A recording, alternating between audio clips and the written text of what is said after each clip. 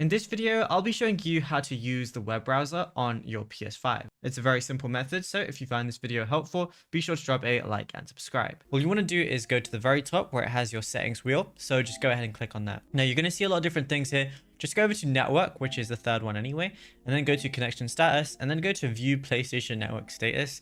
Now just bear in mind that for some reason, it's a really weird method to go ahead and access the internet. So right here, it doesn't let me change the URL on the top or anything like that. And before, there basically used to be a thing where it says you can visit just PlayStation right here and go back to a page, but you're not going to be able to do that anymore. So what you want to do is scroll down and you're going to see services right here. So what you want to do is go to PlayStation and then go to About Us, which is going to be right there. So just go ahead and click on that and then use X to select it. It's going to say About Sony Interactive Entertainment.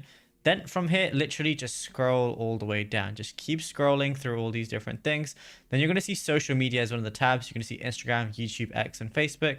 So from here, just go ahead and click on YouTube like so. And then what you could do is go ahead and just press accept all. Now, what I want to do from here is go on to sign in right here. But don't worry, I'm not going to actually have to sign into anything. What I want to do from here on the bottom right, I'm going to see privacy as one of the options. So just go ahead and click on that. And when you click privacy, it's going to be on this page. And on the top right, you're going to see these little dots for Google Apps.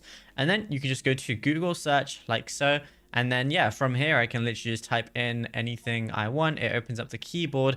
And then, yeah, I can literally just do anything I want and browse like normal. And yeah, it's as simple as that. Now, if you found this video helpful, be sure to drop a like and subscribe. And also be sure to check out all our other tutorials that we've been posting on the channel as well, because there is a lot to go through and you might find something that you didn't know about yet.